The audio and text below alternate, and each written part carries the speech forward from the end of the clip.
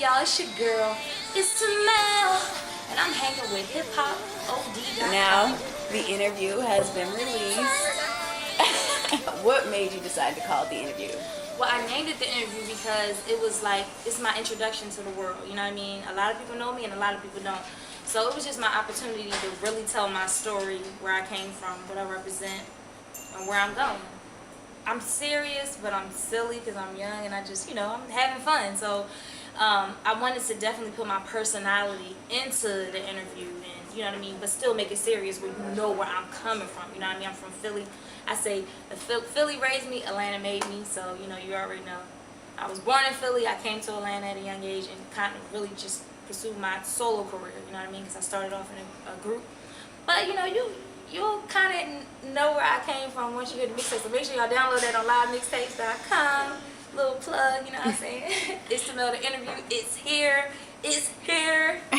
So, yeah, I mean, you know, I just wanted to just do it in a creative way, in a different way. You know, shout out to my team, Infrared. You know what I mean? We just, I don't know, I think we really built a classic. You know what I mean? It took some time. It was like a year and a half in the making. So it wasn't no easy just walk around the party like, oh, let me put some songs together.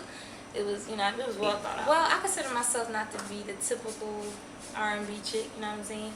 So, I wanted to do something that people didn't expect. So, I really didn't want to do an EP. I mean, I might do one, but right now, I just, you know, I want to talk to the streets. You know what I mean? And once the streets back you up and salute you, it's a wrap, you know what I mean? Well, that's funny that you said that whole salute thing because, you know, we know that you've done your first single was Go to War with Waka, and then, you know, and we'll deep in, I gotta jump on all that stuff, but do you rap? I rap a little bit, you know, I got a little verse on Infrared. Yeah, I murdered it, killing it, not just, I ain't gonna get no more, you know what I mean? So, but yeah, I rap a little bit, you know, I dibble and dabble into things, but singing is like my passion, that's what I do. Of course, Meek, I gotta salute him. Philly all day. Who else? I mean, everybody kind of doing their thing. I listen to Wayne, T.I., Tip, you know what I mean? 2 Chainz, I'm feeling him right now.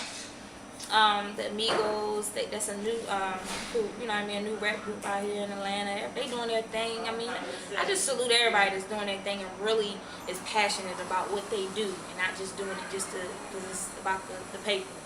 The album that I was like really, really stoked and excited about was probably Dream Chasers. Philly.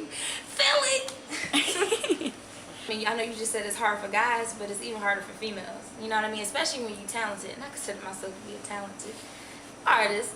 You know what I mean? It's just, you know, you got people that do different things to get to where they're trying to go. And if you're trying to do it the right way, sometimes it's a little harder. You know what I mean? So, but the positions I've been in, you know, with Waka and with the Molly World, shout out to X-Rated and shout out to DJ Scream for hosting my mixtape first of all, but X-Rated actually was the one who gave me my first look with Molly World, and it was funny because I was having a listening session for the Coalition DJs. Shout out to the Coalition DJs. See, I'm just shouting out everybody right now.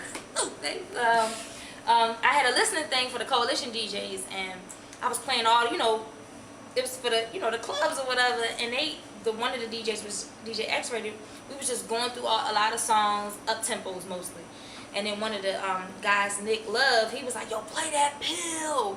And I was like, okay, but we supposed to be playing up-tempos for a club, but all right, we'll play it. At the end of the joint, I was like, okay, I played it. X-Rated was like, yo, I need that for future mixtape done. I'm like, he's like, it's gonna be the only R&B song. I'm like, okay, how that's gonna sound all rap, but it worked. I mean, that mixtape got over 2 million views. It gave my, you know what I mean? It introduced me to the world. Right, and that's a pretty big cosign, you know, especially Nick Love saying something, you know, that's you know Nick Love. Right. Nick Love, shout out to Nick Love. And Waka, shout out to Waka, you know, he actually, the producers that produced Go to War was Chocolate Star, hottest female producers in the game. Shout out to Chocolate Star. And Jay White, shout out to them. And they actually produced the beat, and it was just like something that my manager Walt was like, you gotta get on this, you gotta get on this. And I was like, all right, cool. And then once I did it, it just made sense for Waka to get on this. Ride or Die.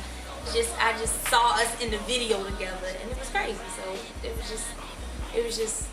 was magic. for real. Well, since we're talking about, you know, some of the songs, you know, you were shouting out all these people.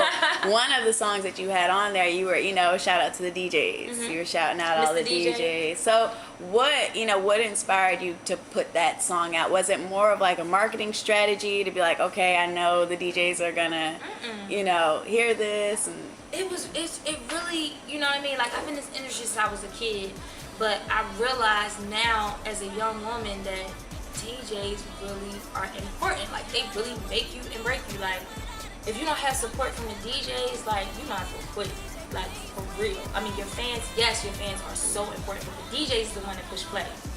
So I just wanted to do a dedication to the DJs. It wasn't no strategy. It was just something that just was just like, y'all want to do a song called DJ, you know what I mean? And it just, I'm not trying to be no role model.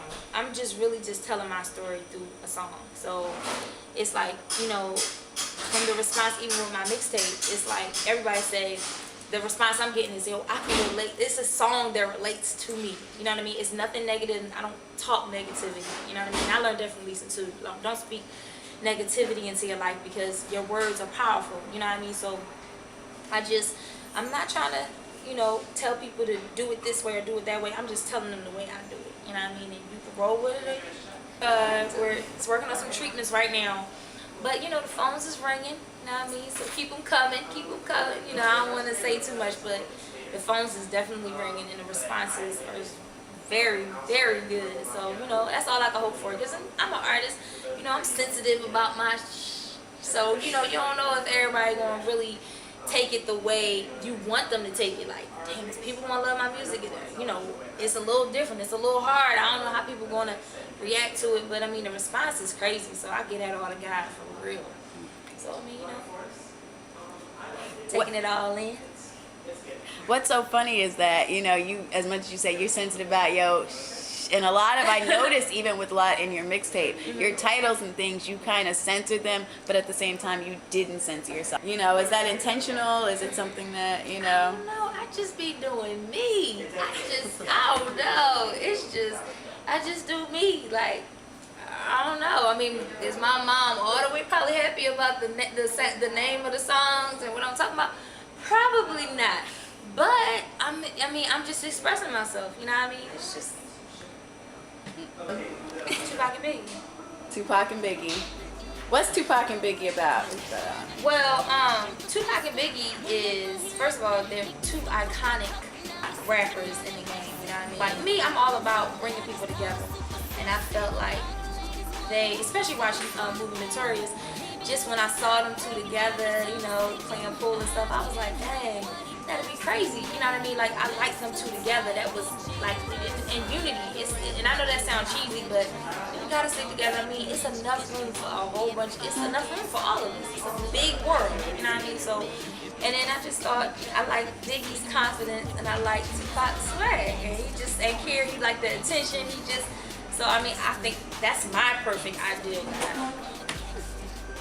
Mix Tupac and Biggie.